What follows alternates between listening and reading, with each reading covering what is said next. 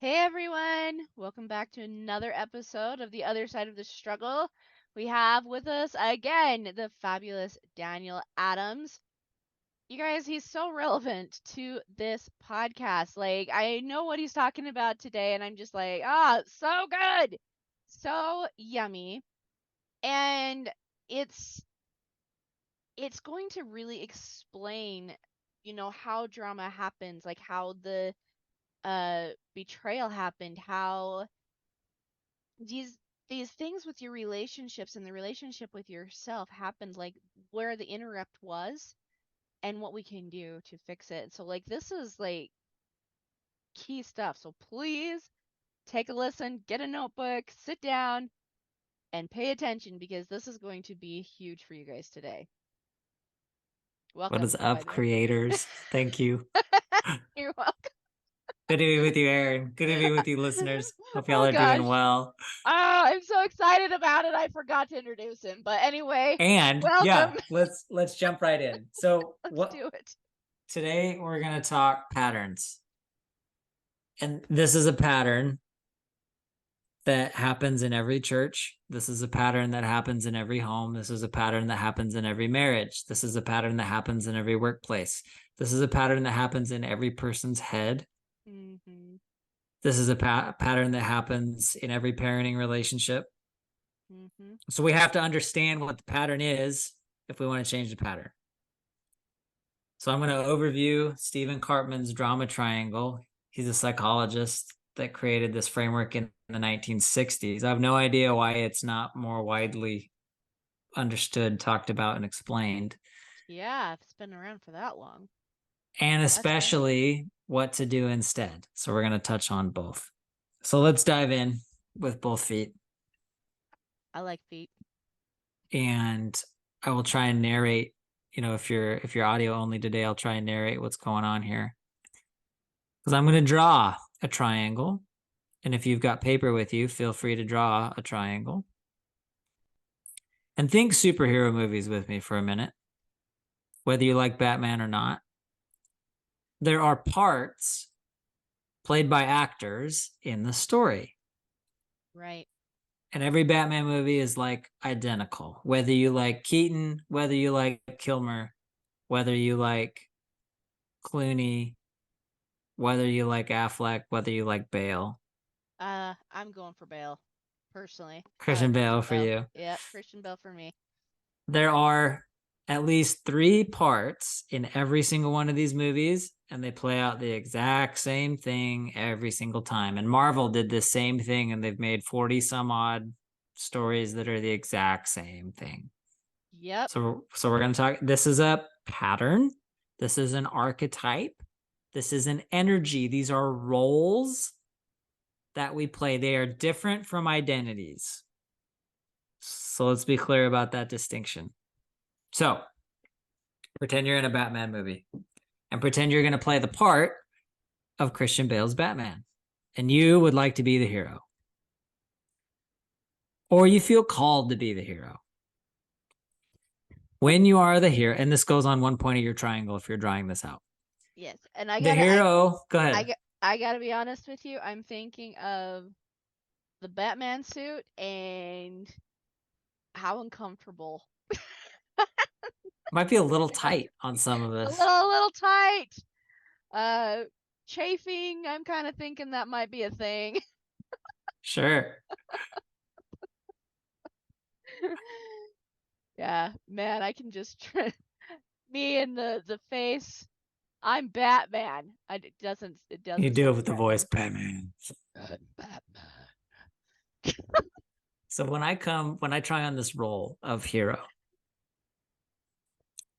one it usually comes from a place of compassion. It usually comes from a place of service. It usually comes from a place of me wanting to help somebody else. Mhm. And there is a very high pressure to Yep. be perfect. Yeah, it's like a performance thing. I get to have I get to have it all together. I get to look a certain way and act a certain way.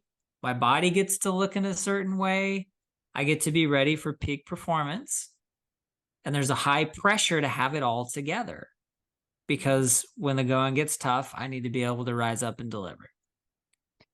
I think a lot of uh, entrepreneurs fall into this one big Absolutely. time, big time, because you're creating a product, and this is like, I don't want to say one of the dangers of creation, but like one of the dangers from the mindset of our beliefs about creation.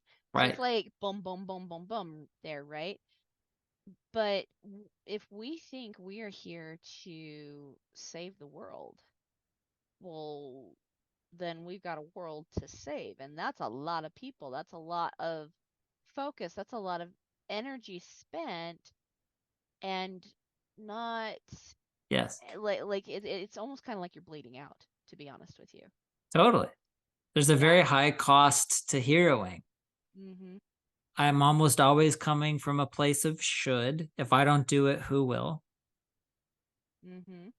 Anytime the phrase, I wonder if this is enough, or if I'm enough, or if I've done enough, or if this thing that I'm creating is going to be enough, or if I've told my kids enough how much I love them, there's almost always a hero energy and a hero role behind that. Again, this is not who I am. This is not who you are. This is roles that we play. Mm. And there's an immense pressure to be perfect. There's an immense pressure to look a certain way, act a certain way, show up on social media a certain way. And anytime your kids or your church or your husband does something that affects the way you look towards other people, now there's a problem Right. because you've got to have it all together so that you can be the hero, so that you can be good enough, awesome enough, serve enough, whatever enough. And this is all with the hero. So take a minute and breathe and notice the body sensation as we're talking about this. What's really interesting? I like want to yawn Uh a huh. ton. I don't know if you can see me like trying to hide it, Can but be very tiring yes, it is. It to like serve in I this just hero role. feel it's like it's literally like, okay, I can go to sleep now. Like I feel so exhausted from it. It's also crazy lonely. Batman Yeah, cannot have romantic interests because they always get killed or leveraged. right, There's always collateral, right? So you got to do it all yourself. That is the role of hero. right. So if you find yourself being the only one that can chauffeur all 17 of your kids to all 36 of their activities this summer, there's probably some flavor of hero going on. And that's not a bad thing. It's just a predictable thing of what this is going to create. At some point, Yeah. you will burn out. And we Yep. get to look at why we chose the pressure of having 37 activities and camps for our kids. And if it counts as enough, and if you feel like you're enough. Right. And this is all part of the hero role. Yes. We actually this is something that's really interesting too. A couple episodes ago, I had a friend of mine, Jenny Layton, on, and she's kind of like the organization guru, right? Mm-hmm. And she talked about this idea of organization equals support. Well, if you're in this hero mindset and you're doing that, having to show for kids to 36 summer camps and you're having to do this hero role, it's chaos. It Totally. feels like chaos. So, what is the belief behind this? Truly, like I'm like like legitimately asking, like what is the belief behind us having to be the hero? Why do we claim that? So good. Many people were taught that this is how to be Christ like. Many people were taught that if they achieve at a certain level, they'll be worthy of love and acceptance. And that if they're quote unquote enough, then I'm still yawning. then you win love and acceptance, basically. From Yeah, your family, from your workplace, from your church, from your job, from whoever.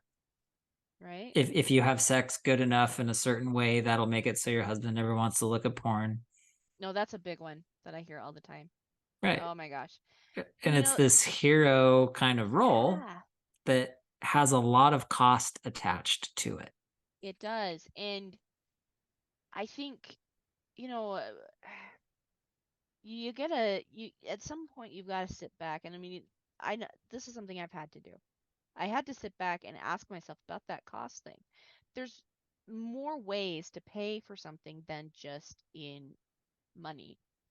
You've got lots of Or resources at your disposal. You've got sure. your time, your talents, your energy. And you think about like the first commandment, right? Love God with all thy heart, might, mind, and strength. Okay? The heart might. Well, that's a resource. Your mind is a resource. Your strength is a resource.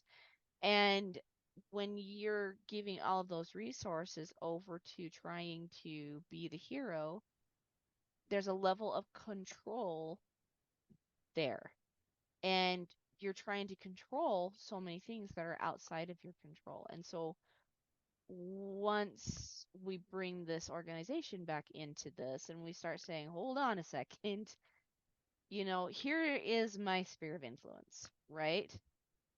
This is actually what I have control over. Yes, my kids might want to do all of these things. I'm super grateful that they have so many interests, but you cannot go outside of your sphere of influence without causing a giant emotional, mental, energetical bleed. Sure. Yeah, self betrayal. Most heroes live in self-betrayal. Yes. Because if somebody's got to fall on the sword, it should be me. And I will sacrifice myself and my time and my energy and my love so that I can be the hero and so that everyone else can benefit at my cost.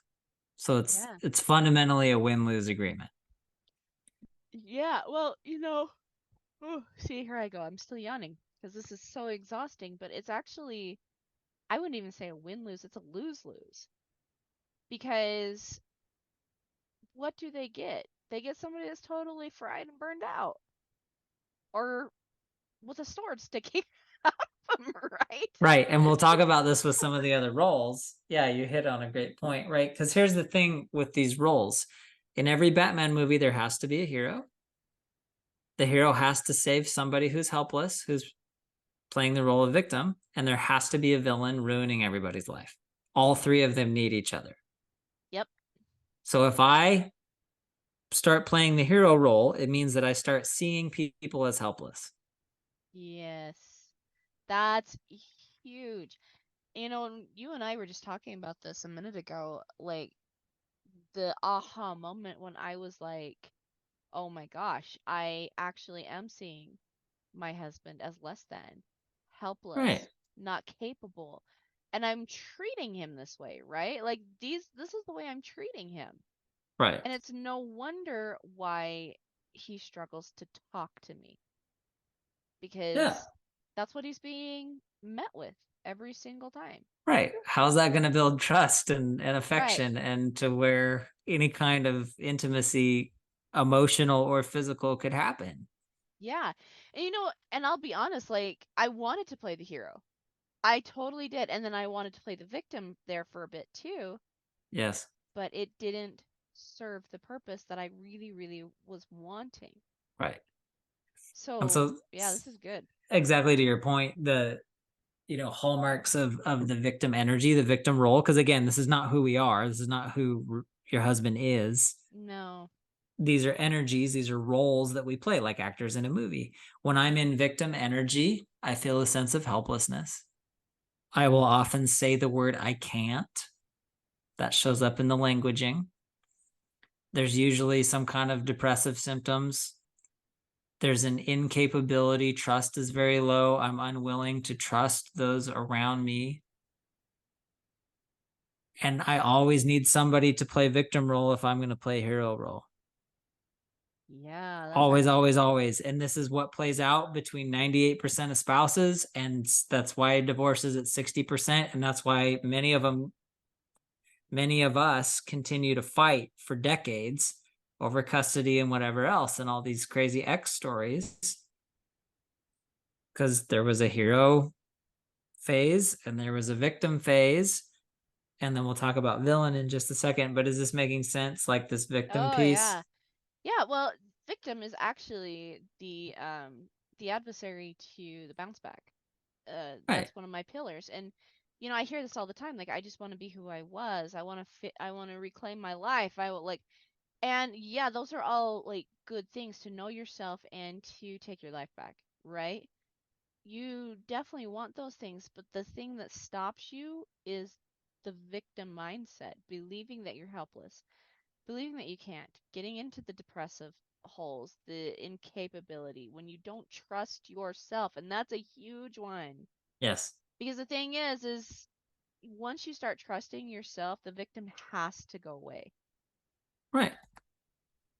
right? Low confidence, that's like I said, another big one. And he's typing these things out, for those of you that are listening, that these are all, the mindsets and the things that show up in our language when we are believing that we're this victim, that we're helpless, we can't, we're depressed, incapable, we have no trust in ourselves and our decisions. I would even say Totally. low confidence, and this is also part of the reason too, when somebody is stuck in victim mode, why they want somebody else to heal first Mm-hmm. before they can, because you want that person to start making decisions for you.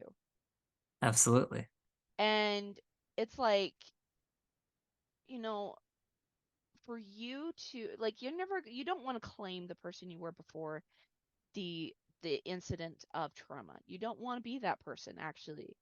You'll never be that person again because you can't actually go back before the trauma. The Mm-hmm. trauma is still a piece of your life. The trauma still happened. But what you can do is you can take that piece of trauma, stick it in your stairs, that brick of trauma, and step up and over it.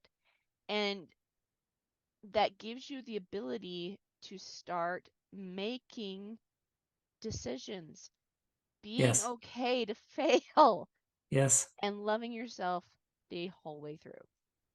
It's a beautiful way to dissolve some of these patterns of relating. I love all Yes. the solutions you're coming with. Right. And this, like your whole life's work to this point, has been like, how can we help so many, and particularly women, trauma survivors, step out of this role of victim?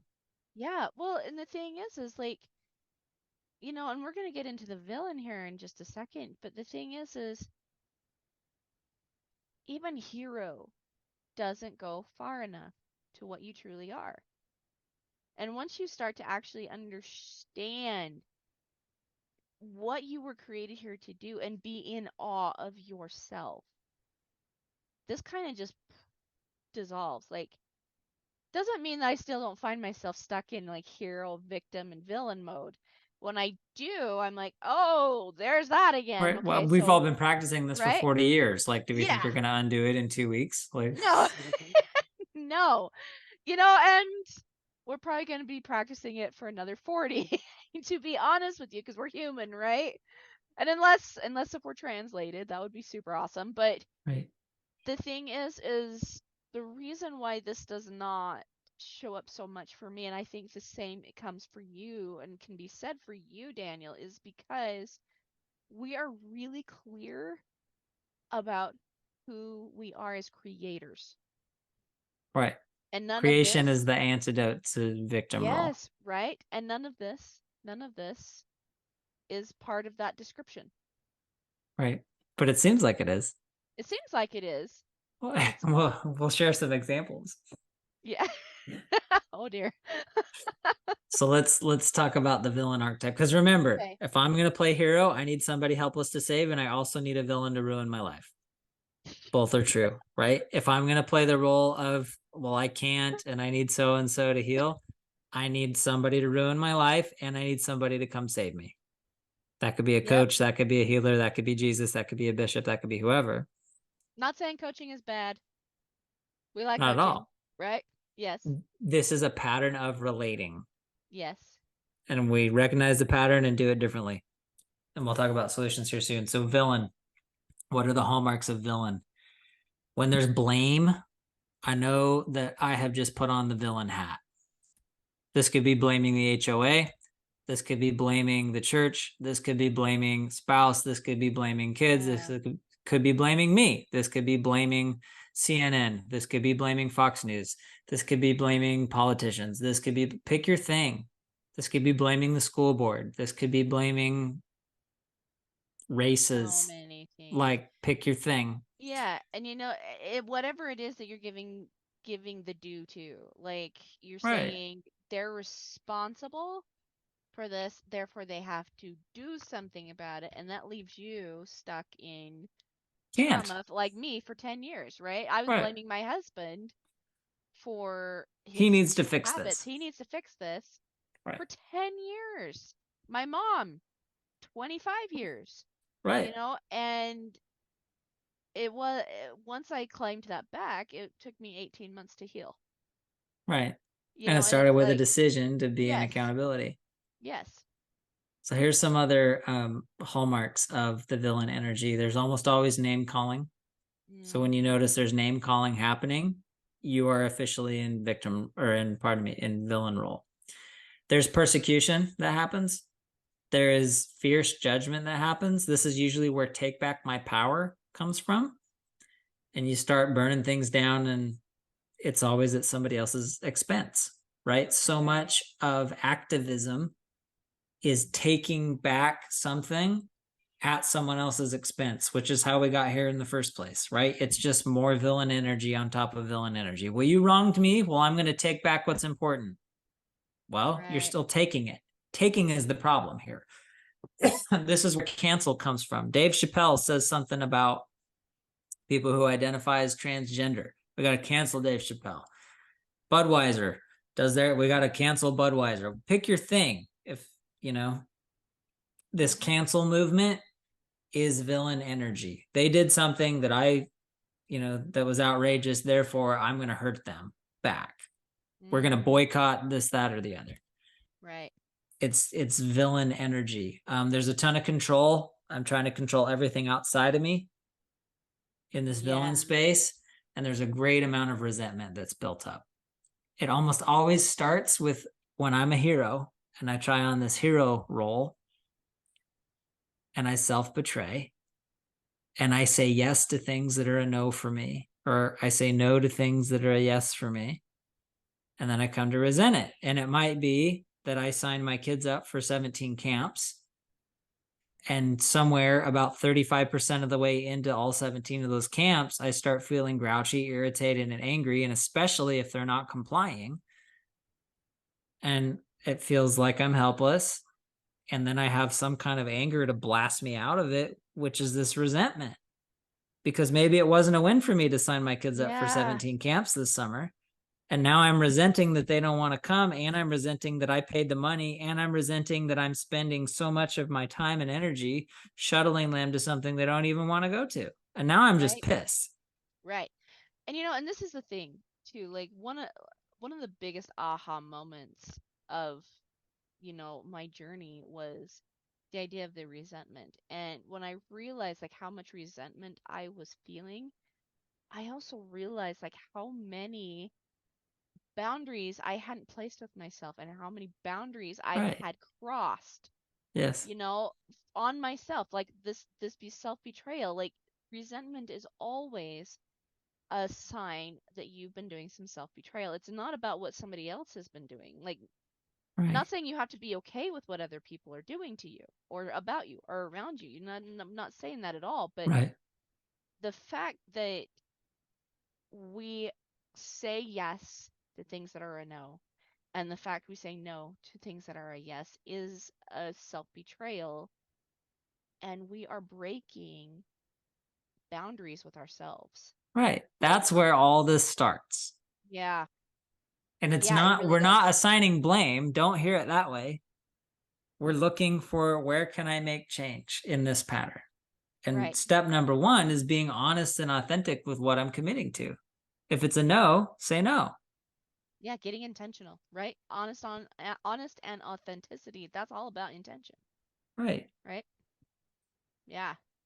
So, there are family implications here. There are cultural implications here. There are race implications here. There are school education implications here, political implications here. Most people have this experience with the church.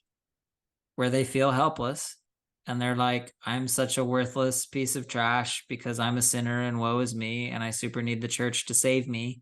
And guess what? At some point, you will come to resent the church. At Yeah. some point, you will come to resent somebody at church. Yep. And if you're watching somebody in your family, like we're experiencing, come back with all this vicious anger against the church, like Same here. it doesn't mean anything's wrong. It just means that they played the role of victim for a time. They looked for the church to save them for a time, and now they're experiencing villain. Like it's really predictable. It is. All three roles need each other. Yeah. It's just fruit, and it's bitter, and it doesn't mean anybody did anything wrong, Right. and it's just what it is, Right. and it's okay. It's And it's this okay. totally natural thing. Yeah. Well, especially if you realize that you're in it. And it's Right. like I was just saying, I mean, I still catch myself in these roles. And Me here too. I am. Yeah, exactly. Right? I've been coaching for 10 years. Uh come up with the 7 pillars, which I absolutely love. We've got these frameworks that we teach. And these frameworks hold us accountable personally. Right? But we still fall into these ourselves. And I think the whole thing about like shifting out of these is number one, realizing it, realizing you're there, you know, 100%. and realizing that hey, it's okay to admit, number one, that I want to be the hero. It's okay to admit that I want to be the victim. It's okay to admit that I want, like, not that I want to be the villain, like, nobody wants to be the villain, but I'm seeing the villain here, right? The villain is deeply empowering. Ooh, okay. Quote unquote empowering. This is what most Yeah. people mean by empowerment. Okay. Yeah, And because I was it's like, a little bit stuck there when you said that, like totally brought my brain to a complete halt because I was like, it is, but most continue. people, right? Because it's like, well, I'm going to take back my power, which by all means be in power. Mhm. And if it's at someone else's expense, Mhm. Then we're if it's no, at your ex's expense, if you can only have the kids if he loses, this is not a win-win agreement. This will not mm-mm. create more than it takes. Nope. There's only win-win or lose-lose. There's no Right. such thing as a win-lose. I Yeah. was talking with a client the other day. He was like, man, my ex drags me into court so often, and I beat her every time because I have a damn good lawyer, and I love to beat her, and I love to win, and I love to get back at her. And I hope that she comes at me for 12 grand again because I'm going to make her pay 18,000 in legal fees. Bleep, and he calls her name. And it's like, how many couples are experiencing this where she's trying to get back at him and he tries to get back at her? So he hires a lawyer, so she hires a bigger lawyer, so that, right? And we just escalate. And it's like, this is literally war happening in hearts, and it bleeds out into homes, and it spreads through communities, and it crosses over the borders to nations. We don't have to play Yeah. this game anymore. No. Stop taking your power back at someone else's expense. Well, let me put it this way too, and like some of this is like really like in your face kind of truth, but it's truth nonetheless. And we can sit there and we can be uncomfortable or try to shy away from this, or we can 100% take accountability and acceptance and awareness of this. If you have to take back your power from someone, ask yourself in the first place, what were they doing with it in the first place? Why Right. did you devalue your own Yeah, power your power was never to put gone. that in someone else? Your power was never gone, It felt like it was when I was playing this right? victim role and I felt helpless and like I can't. Right, but that's not taking back the power. Like, taking back power is taking ownership and saying, oh, I was blaming this person for Right. my feelings. I'm blaming this person for the way I experience life. I'm blaming. Remember, that puts them in the do cycle and not you. You are Right. the only person that you can control over what happens or does not happen, or what you do or do not do. That's the only person you have control over. Right. That's it. I love the So, accountability. right. And so when you sit here and like try and control another person, whether or not they are being a stink ex spouse, a stinker, right? Right. Or anything, when you're trying to control that, you cannot control yourself. And so you're busy literally chasing something that cannot be caught. Right.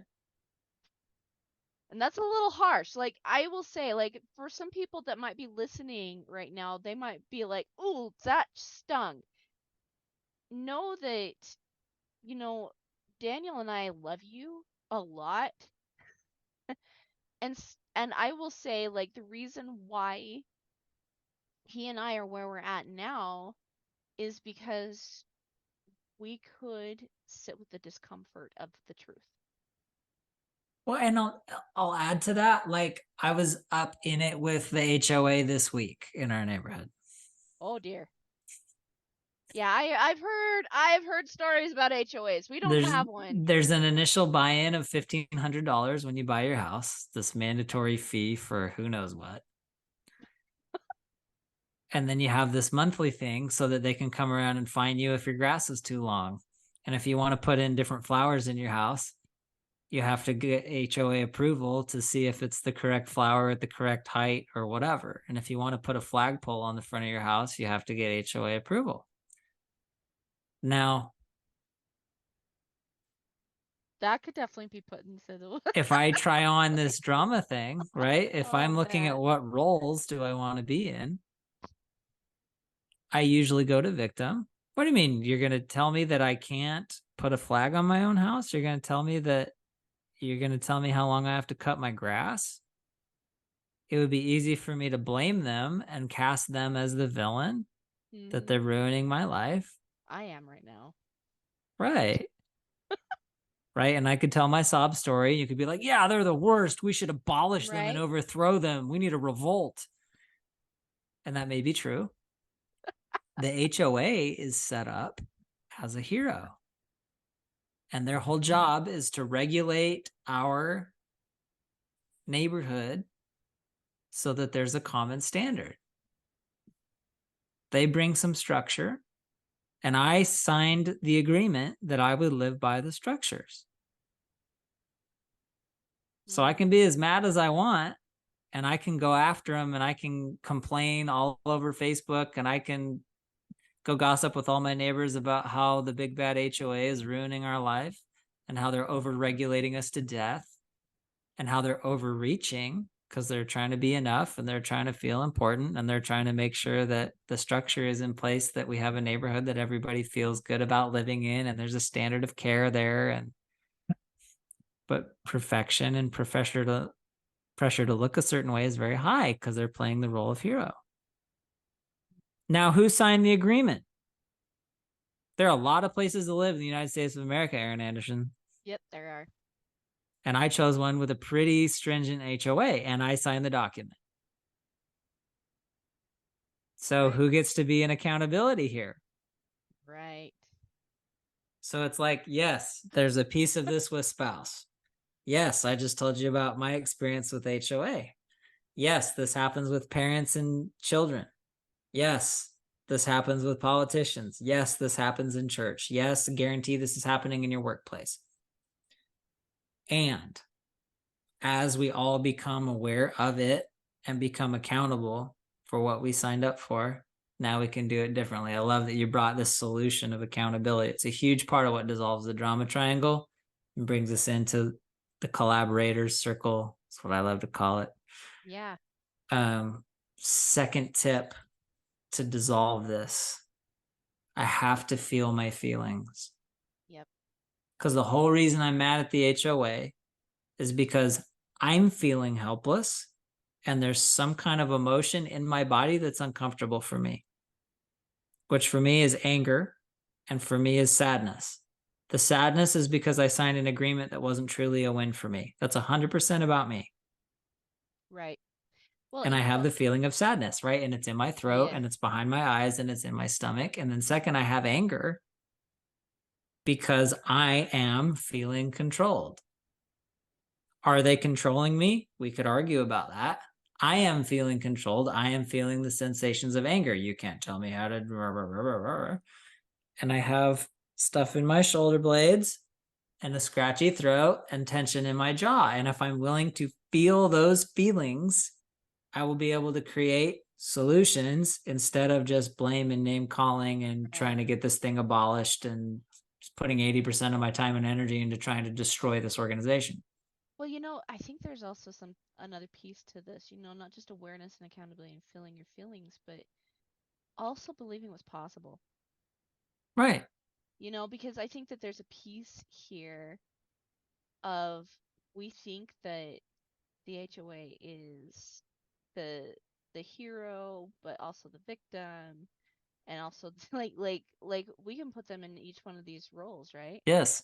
But one of the things that we can always claim is, did we actually believe that the best outcome, the truest outcome was possible?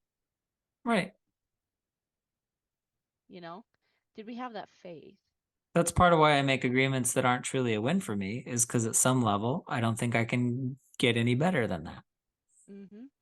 Right.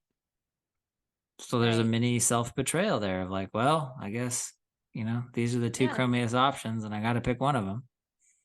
And that's okay. The fruit is predictable. Yes, it is. It is. So I get to feel it and eat it and enjoy how bitter it is. Kind of kinky, I know. And what gets us out of these patterns? One, accountability. Who signed the HOA agreement? Daniel. Right. You know, who Right. who married my spouse? Who asked my spouse if she would marry me? Daniel, Right. right? How many times do I treat my spouse as less than, or as helpless, or as incapable, or I'm unwilling to extend trust? How Right. often do I criticize my spouse because they don't earn enough money, or they don't whatever, or they don't enough me, or they don't save me good enough? Mm-hmm. Of course, we're in drama. And look Mm-hmm. what I'm doing to contribute to that. So if Mm-hmm. I can be accountable for that, if I can feel the feelings and the sensations attached to that, is it anger? Is it fear? Is it sadness? Is it some kind of sick, twisted joy? Could be any of the four. That helps me get in a clean place for number three, where I get to ask for help, which comes in the form of making a clean, clear request. So Right. with my HOA situation, that might be, Dear HOA, would you be willing to either lessen the fee or leave us the hell alone about how long our grass is? Or three, change the bylaws. And there's a way to do that, right? Mm-hmm. I could go to the meetings. I can propose changes to the bylaws because it's for the people, by the people, and Mm-hmm. we get to be the voice of how we'd like our HOA to be. Or I could just complain all day about how terrible it is. Right. And I think, this is the thing, like complaining like I think there's something to be said about being aware of where you're at. There's something to be said about being aware of something that's not okay, Right. you know? But we have to at some point go out and do, and this actually brings up a really good question I was going to ask you, and I have like some of my own thoughts, but I want to hear yours. You know, for those of you that are listening, Daniel and I are both Latter-day Saints, and there's a story in the Book of Mormon about Captain Moroni, and he totally plays the hero role in this story, totally plays it like full out, and we honor him and we respect him and we Oh, we really worship love. heroes. Oh, we totally worship heroes, right? And he is total like full on hero. And then you've got like the Nephites and that are being the victim, and the Lamanites that are the villains, The right? big bad oppressors. Yeah. Mm-hmm. So my question is, like, we will accept that there are times where we have to stand for our rights, liberties, religion, and freedoms. So when is it okay to stand in these roles and not be out of um, alignment with yourself. Here's another. So, again, back to the distinction, the drama triangle is not bad. Right. It's predictable. Mm-hmm. It will always yield the same fruit, that you will win and someone else will lose, or someone else will win and you will lose, and there'll be a crazy ton of collateral, and there'll be a huge sink of time and energy, and I guarantee it will create debt, and I guarantee it will create pain, but it's not bad. Yeah, It's it's predictable. it's really interesting because that's exactly what happened. If you look at the story, so much time was spent on it, Ton of tons of money, debt, ton of resources, collateral, ton of co- death. for years and years and years, right?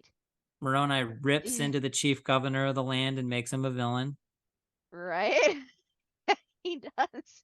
Writes a scathing letter so the politicians. But this is the piece that I want to also bring out. You're right, it's not bad. Is there something better? Often. Right. Sometimes this is the but it's okay to also say that sometimes this is the um option that we have, right? And there's a way to do it that doesn't have to be in drama. When I'm Exactly. 100% accountable for what I'm creating, there's no drama. Right. And even if there is, I don't interact with it. Right. Let me think of an example. Well, I guess, we're talking about the other side of the struggle and betrayal trauma, right? So, okay, let's say that your spouse had sex with somebody who wasn't you, and you had made an agreement that you would not have sex with other people that were outside of marriage, and then your spouse had sex with somebody outside of marriage. Which happens a lot, especially in the realm of field that I work in, right? 30% is the number I've seen of marriages that experience infidelity. Probably a little higher, but yes, I agree. Right. So who's playing the victim role? Mm-hmm. Typically the person that didn't have sex. Mm-hmm. Who's playing the villain role?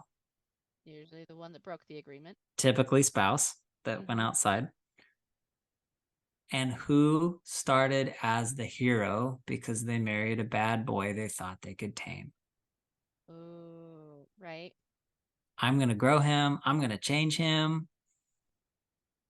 And we think that that's so fabulous. I mean, but I gotta be honest. I mean, that's part of the reason why we think that Hollywood romances are so romantic, Right. right? But you look at them and you're like, holy, this relationship is just fraught with all kinds of problems right from the Right. start, right? And there's And a different way to do it, mm-hmm, which is what we're talking about. Right. And because back to your Moroni question, like, when is it okay to stand? Well, when I'm 100% accountable to my own values. well, and you look at that story too. He was 100% accountable to his own values, but he always said he didn't love the role he was placed in. Right. He And didn't here's love it. what's tough about war. Like, nobody wins in war. Right. Do I honor our veterans? Hell yeah. Oh yeah. Are there veterans in my own family? Yes. Yep. Do I shake hands with every veteran I meet and tell them thanks? I do. And I mean it. Yes, indeed.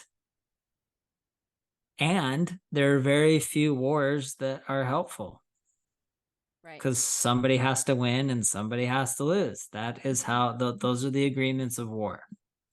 Yeah. And usually, like you said, there's There's collateral, and and there's a there's lot really of no such loss on thing. both sides, right? And Yeah, we're there's putting really all no this such thing. money and time and energy into trying to kill each other with who has the biggest guns. Same damn thing is happening in marriages, Yep. right? So how can we do it different? Put down your weapons of war. I get to enroll people in the vision of what I'm creating, and I Mhm. get to be 100% clear on what that is, and then I'm going to go create it. And if that means I go create it in Costa Rica, great. If that means I go create it in Guam, awesome. If I go create it in wherever, okay. But there's a level of accountability of, like, I'm clear on what my values are, I'm clear on what I'm creating. And if somebody wants to go to war with me, The answer is like, no, thank you. I don't have time for war. I'm too busy creating awesomeness. Right. So if you're a spouse and your spouse cheated, let's get clear on the vision of what you're committed to experience in a marriage. Mhm. Let's feel through your feelings because I guarantee there's going to be some sadness there. There's going to be some anger there. There's probably going to be some fear that's going to happen again. We get to change the pattern of relating, and this starts with the vision. What kind of marriage are you committed to? Get really clear about that vision. Your spouse will either rise to meet the vision or they'll fall off, Yep. which could create some more sadness. But what else can it create as far as a win? You know, Right. and the thing is there will be people that want to war with you, and you know, in back to the story of Moroni, he did talk about what his vision was. Hey, let's stop the war. I don't want war. Right. Let's drop down your weapons of war and let's let you depart in peace and we'll stop this. Like, Totally. we don't want this, right? Yes. But they weren't willing. They were not Right. willing because they wanted to place the other people in bondage. They wanted to take away the things that they were valuing. And I feel like this is part of the reason why I like I honor our veterans. I honor these people, but that go to war and then they keep this country, you know, free. But I'll tell you something that's just amazing. The people that really make such an impact in the Book of Mormon are the people of Ammon because they take on and they show what they really value, what is to be valued, and to drop the weapons of war. Right. They were You so know? committed to peace Mhm. that they created a 5 times larger ripple of peace. Mhm.